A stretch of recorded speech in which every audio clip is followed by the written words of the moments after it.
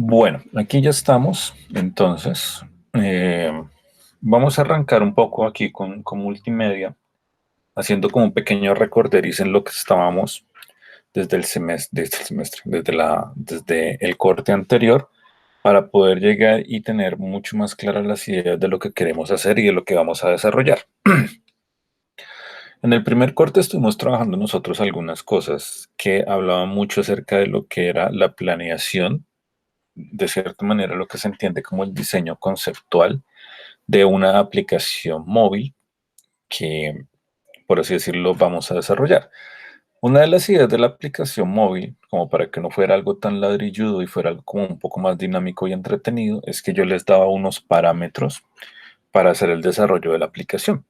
Entonces, dentro de mis parámetros estaba empezar a entender que la aplicación funciona en un contexto y con unos requerimientos ya establecidos, ¿no?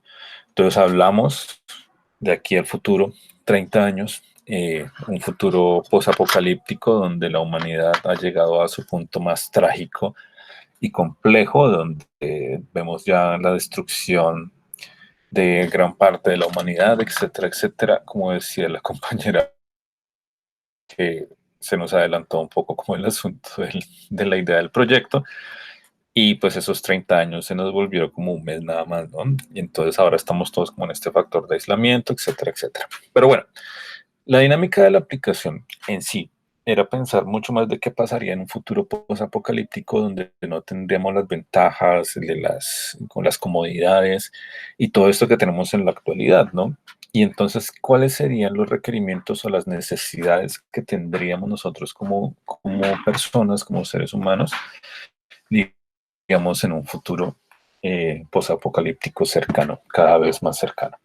Entonces, dentro de esa dinámica o entendiendo un poco ese tipo de objetivos, pues planteamos que la aplicación tenía que funcionar en 30 años en adelante y que se tenían que tener muy en cuenta cuáles serían las características o las particularidades con las cuales esa aplicación iba a funcionar, ¿no? Otro de los puntos era ver cuál es el público, ¿cierto? Cuál iba a ser el contexto y de lleno cuál iba a ser el problema que iba a atacar o que iba a resolver la aplicación. Entonces por ahí habían cuestiones como de qué va a pasar el ser humano y si y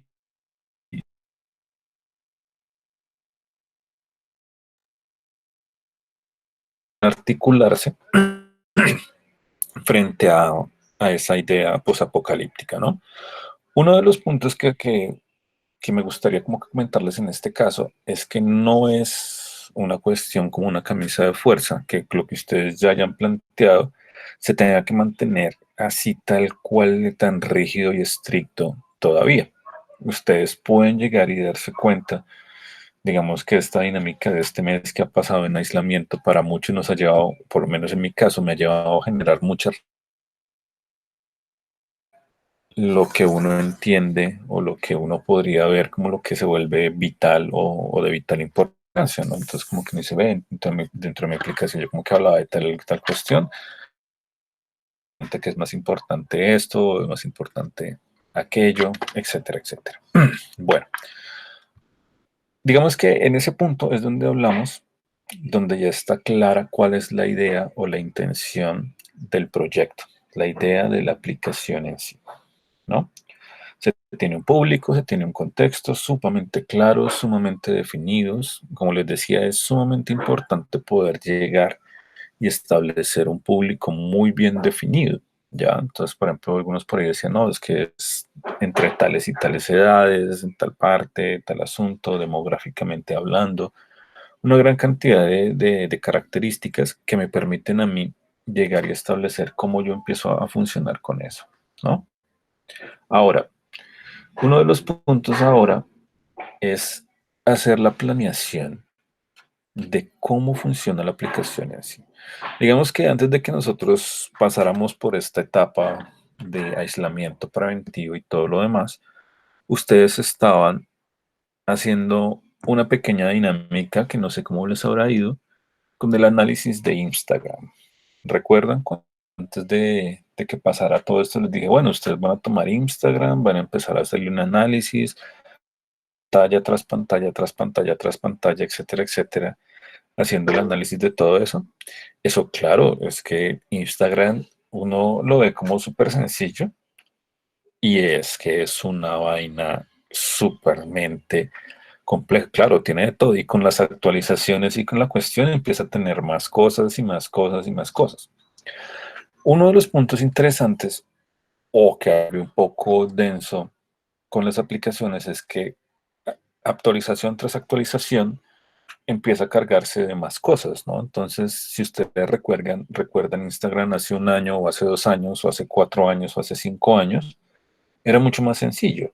No tenía como tanta cosa como ahora, ¿no? Ahora que es Instagram para empresa, para persona, para artistas, el asunto de las transmisiones en vivo, que se ha vuelto como uno de los puntos bien curiosos. Digamos, yo ahora entro a Instagram y esa cuestión como que live streaming está siempre ahí.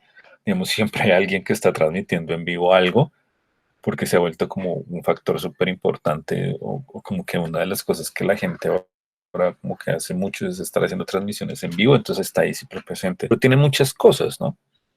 Pero digamos que esa cantidad de cosas que tiene Instagram, me imagino que todos pudieron hacer ese análisis. Si no han hecho el análisis todavía todos, pues ojo porque ese análisis tienen que hacerlo y ese análisis es nota porque tienen que enviármelo más adelante.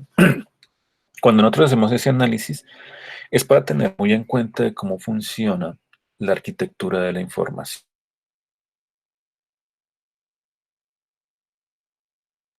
Empezamos a hablar de ese término, pues como que nosotros empezamos a ver es de cómo está organizado y cómo está armada la aplicación. Bueno, Verónica, tranquila que como esto se está grabando en YouTube, después lo puedes revisar con calma. Entonces, digamos que cuando nosotros empezamos a ver este asunto de la arquitectura de información, tenemos que tener muy claro es qué es lo que va a componer la arquitectura de la información, ¿ya? Cuando ustedes empezaron a ver Instagram, pues, efectivamente Instagram tiene un inicio, ya donde se empiezan a disponer o se empiezan a ver las principales características o eh, los principales componentes de la aplicación. Entonces uno entra, están las historias, está el contenido, están los mensajes, están las actualizaciones de los likes, uno puede buscar personas, está compartir contenido, están los mensajes, está el perfil. Entonces esa es la primera parte de la arquitectura, pero después uno llega y dice, listo, voy a entrar, en este caso digamos que yo entro a mi perfil. ¿No? Y entonces cuando yo entro al perfil encuentro otras cosas muy distintas, ¿cierto? Digamos como que hay una diferencia entre los elementos que yo encontraba en, en el inicio a lo que encuentro después en mi perfil, ¿no? Entonces está como el factor de editar el perfil, puedo crear promociones, tengo unos elementos de contacto. Digamos, esto es porque yo tengo como mi Instagram más como artista que como persona, ¿no? Entonces tengo otro menú que se despliega adicionalmente, donde está el archivo, las estadísticas, la actividad que he tenido como con Instagram, las tarjetas de identificación, los elementos que he guardado, ya puede ser en galerías o lo que sea, los mejores amigos, puedo descubrir o encontrar personas, otra cantidad de cosas, tengo una configuración más profunda, ¿cierto? Entonces, ese tipo de elementos es lo que me permite a mí ver y saber dónde voy a ubicar cada una de las cosas que son de vital importancia para la aplicación, ¿ya? Aquí es donde nosotros tenemos que empezar a entender cómo funcionaría o cómo yo voy a empezar a funcionar e interactuar con la aplicación. Dentro de la arquitectura de información, ustedes tienen que prever todo, absolutamente todo, lo que la aplicación va a poder desarrollar. O sea, no es solamente como que, ay, esto va a ser tal cosita, no, sino que empezar a ver todo lo que la aplicación puede desarrollar y de ahí en adelante empezar a ver cómo todo eso se interconecta, cómo todo eso va a funcionar, cómo y qué va a necesitar del dispositivo. Dentro de la arquitectura de información, ustedes también van a tener que empezar a darse cuenta es cómo interactúa el software y el hardware del dispositivo dentro de esa arquitectura. ¿Ya? Entonces, si yo estoy en el inicio de Instagram, por así decirlo, entonces yo empiezo a decir, bueno, ¿cómo va a interactuar o cómo interactúo yo con el software y el hardware del dispositivo sobre esto? Entonces, por ejemplo, si yo voy a hacer una publicación nueva y yo entro a decir voy a hacer una publicación nueva, en todo ese proceso, pues yo puedo tener acceso a la cámara, puedo tener acceso a los archivos del dispositivo, puedo sacar fotos, puedo grabar videos, puedo hacer una creación desde cero, ¿no? Puedo entrar al teclado para introducir información, puedo ingresar también o al GPS del celular o de los elementos donde estoy, en cosas que empiezan a interactuar con... Y yo tengo que tenerlo muy en cuenta dentro de la arquitectura de información, porque es lo que me va a permitir a mí empezar a ver cada pantalla o cada interacción de la interfaz, cómo lo va a entender el usuario, ¿ya? La arquitectura de información también a mí me permite ver qué tan práctico, qué tan útil es lo que yo estoy desarrollando. Ya, es como llegar y decir, listo, esta aplicación funciona de esta forma, etcétera, etcétera, con todo lo que yo quiera incluir o decir, pero también ahí es donde empieza a surgir un término que es súper importante y es la experiencia de usuario. ¿Ya? Entonces ese user experience, que es como el UI, es lo que me permite a mí saber la persona cómo va a interactuar con la aplicación. Y eso es bien curioso porque es que muchas veces nosotros nos quedamos como que no, eso ya quedó ahí o como sea, pero no. Si ustedes recuerdan un poco las aplicaciones que han utilizado, ustedes de una u otra forma casi no lo notan, pero todas esas aplicaciones o la mayoría de ellas han sido pensadas frente a la interacción que tienen las personas con esa aplicación. El espacio que tienen los menús entre ellos, cómo funcionan desde lo ergonómico. ¿Por qué desde la ergonomía? Porque, digamos, depende mucho del tamaño de los dedos de la persona o de un promedio del tamaño de los dedos para que un individuo de verdad pueda tener acceso a un menú de una manera intencional y no de una manera accidental. Digamos, no sé si a ustedes les ha pasado a veces que están en alguna aplicación y que entran a menús o hacen cuestiones que no quieren, simplemente porque el espacio es muy pequeño.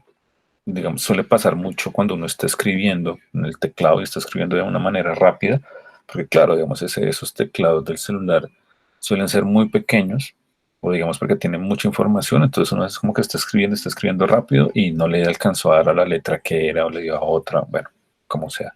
Eso es muy común, pero digamos que eso pasa en ese caso específico porque de lleno o en concreto pues es una característica particular de esa dinámica del teclado en el dispositivo. Pero yo no puedo tener ese mismo tipo de problemas, digamos, en una interfaz del inicio, donde tengo apenas 5 o 6 menús en toda la pantalla y tener ese tipo de problemas no es muy normal.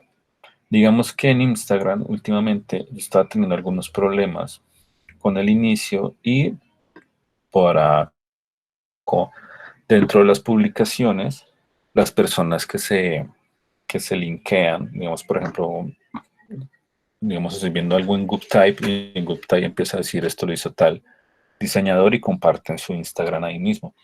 A veces cuando trato de darle a ese espacio específico donde está el diseñador que están hablando, no le doy un hashtag y me manda a otra parte del buscador, y entonces yo como que se vuelve denso y se vuelve harto. Pero ese tipo de cosas, uno como diseñador tiene que empezar a preverlas y tiene que empezar a organizarlas. ¿Ya? Entonces, esta arquitectura de información lo que permite es que ustedes, antes de empezar a diseñar, tengan sumamente claro cómo va a funcionar toda la aplicación, absolutamente toda la aplicación. ¿Ya? Entonces, ese tipo de elementos es lo que a ustedes más adelante les va a permitir llegar y organizar de una forma bastante coherente y bastante creativa. Ya después los elementos visuales. Entonces ustedes empiezan a decir, no, lo que pasa es que yo quiero meter después, eh, quiero meter después algunos elementos por ahí como que de diseño, los iconos, las vainas, etcétera. Entonces todo eso empieza a funcionar mucho mejor cuando ustedes ya lo han previsto y ustedes ya lo han organizado. ¿Ya? Por ejemplo, vamos a ver aquí un factor. eh, Digamos que esto va a ser como un pequeño recorderis, porque nosotros ya lo habíamos hablado y pues antes de irnos como a estas, me gusta llamarle como estas vacaciones, antes de tener como este lapso de tiempo, ya lo hemos visto, pero digamos que aquí en este momento lo vamos a ver de nuevo. Ahí pueden ver ustedes lo que está en la pantalla compartida. O todavía no. Creo que ahí ya se puede ver.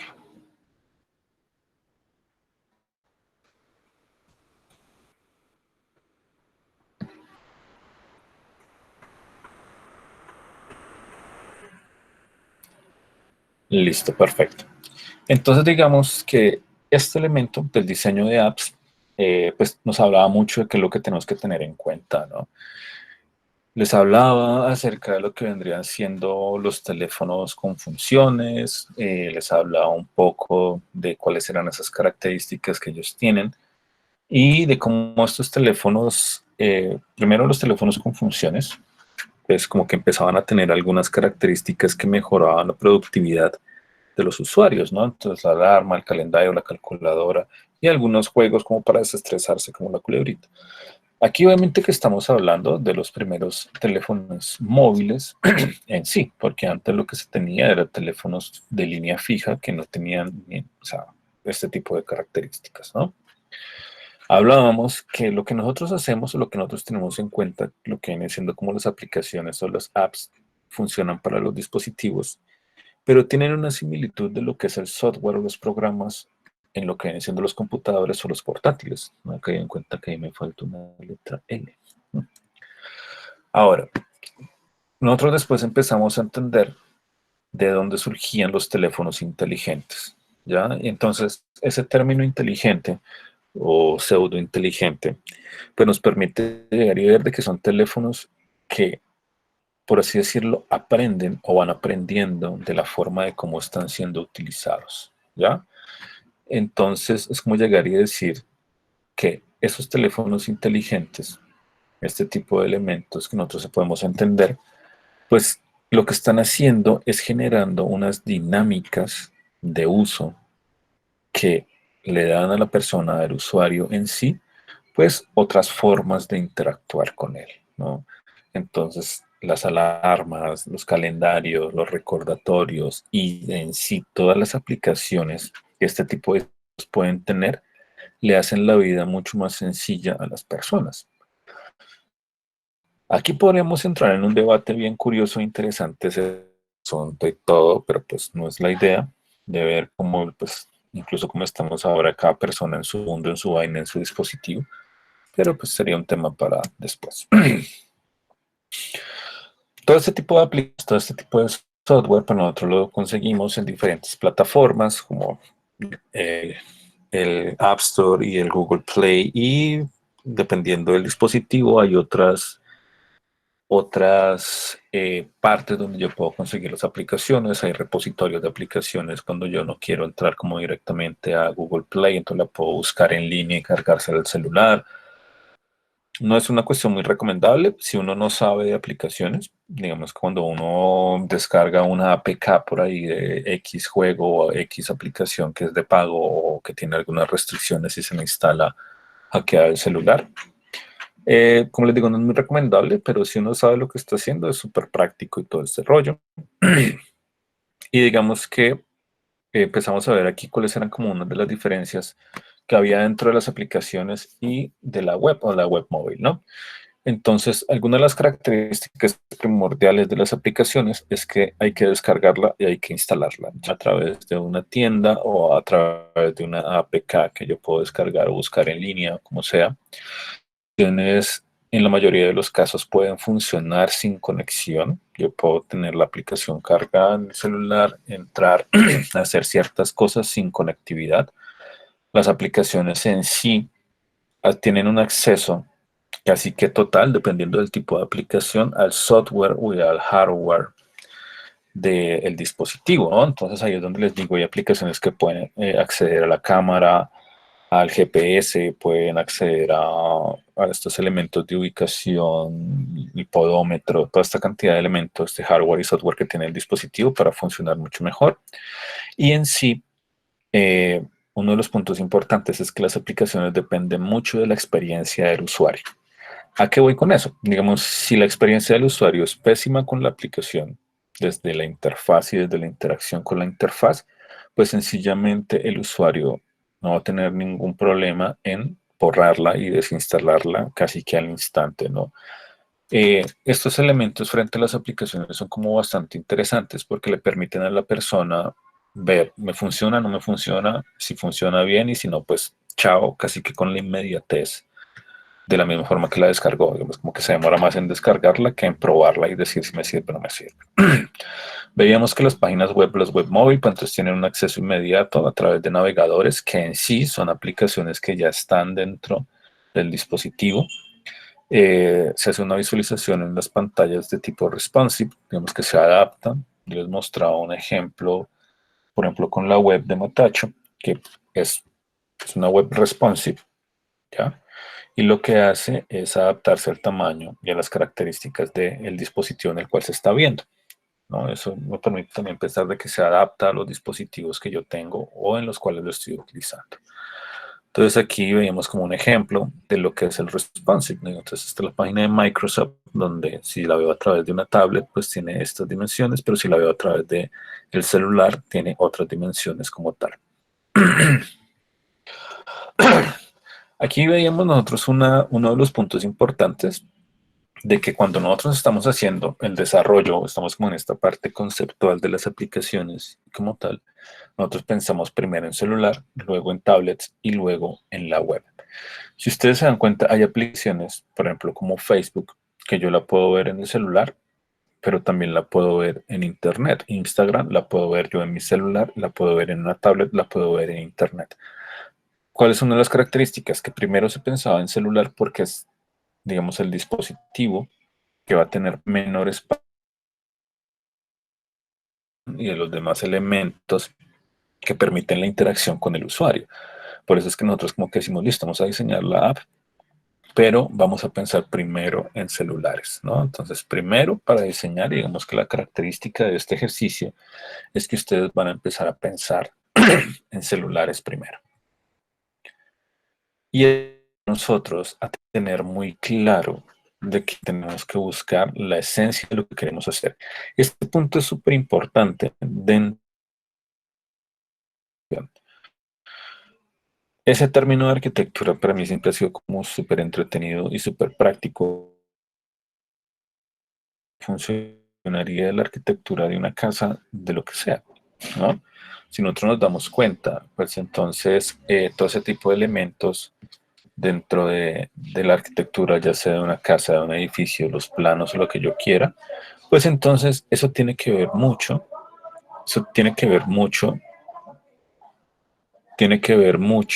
es en cómo la persona interactúa con el espacio, ¿no?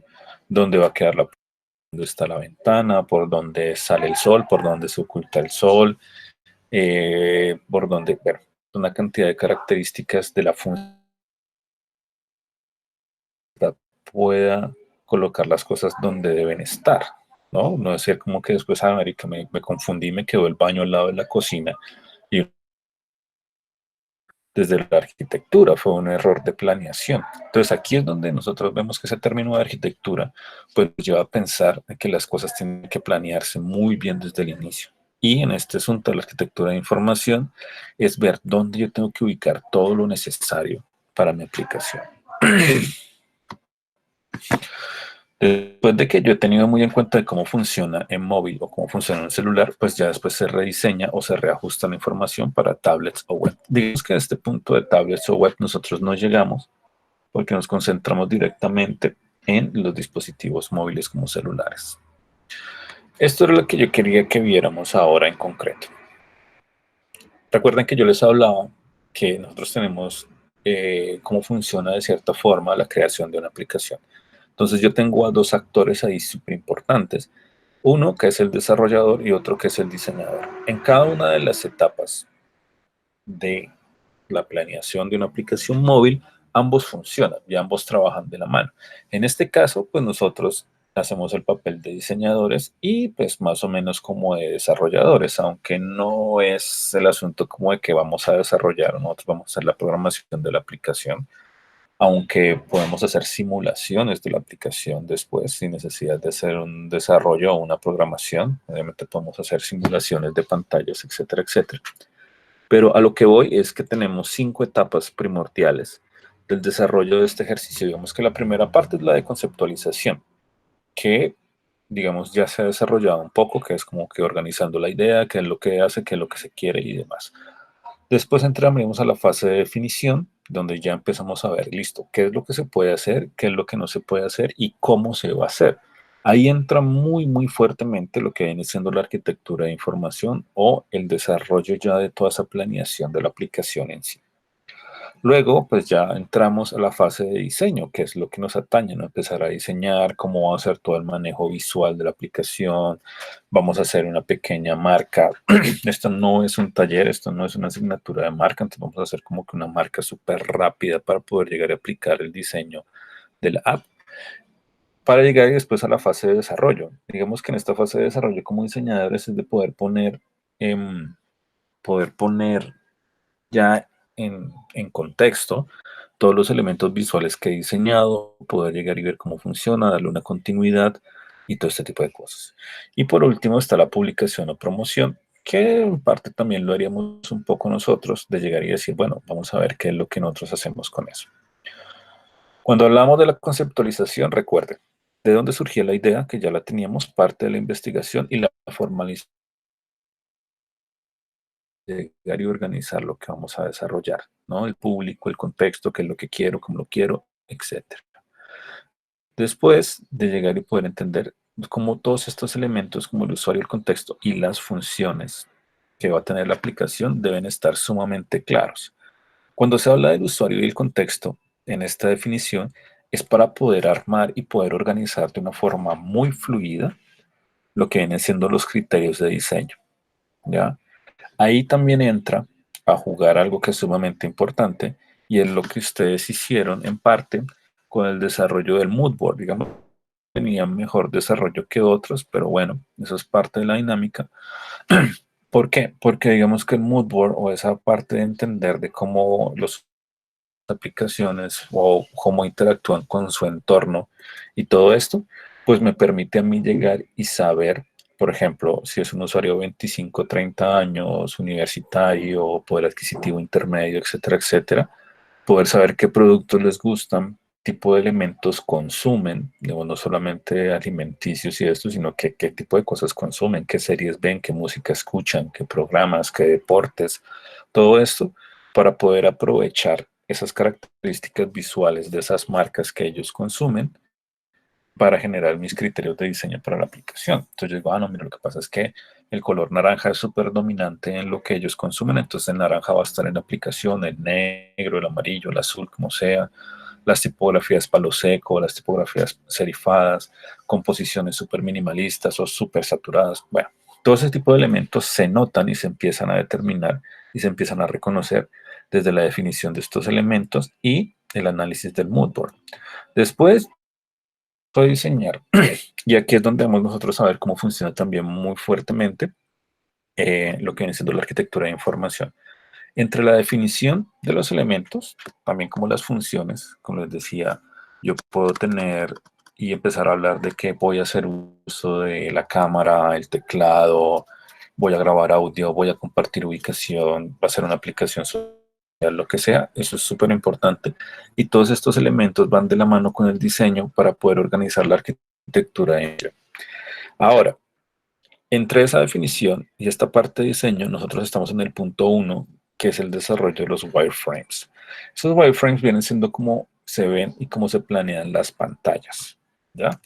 Entonces, ¿qué quiere decir eso? Que nosotros en este caso vamos a empezar a ver cómo funcionaría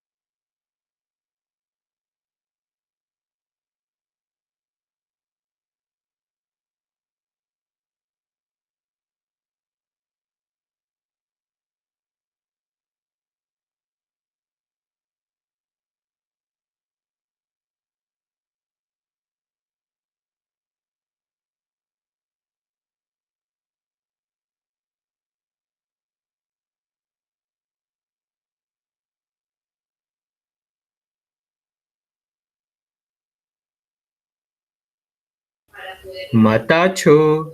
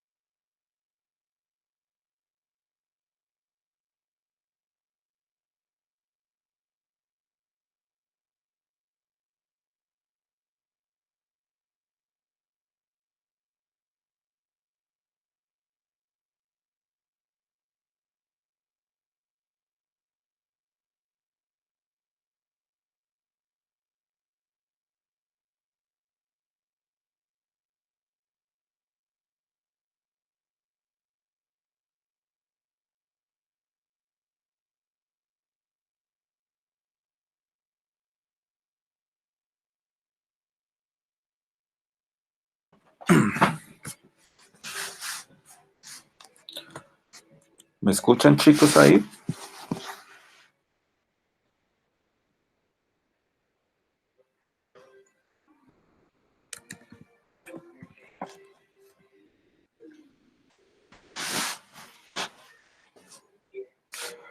Ok, bueno, como ya se pueden dar cuenta, pequeños problemas técnicos, pero bueno, voy a detener aquí un momento la grabación. Lo curioso es que esas grabaciones las dejo yo sin edición, entonces es una cosa bien curiosa después en, en YouTube, ¿no? Pueden haber algunos espacios en blanco dentro de los videos.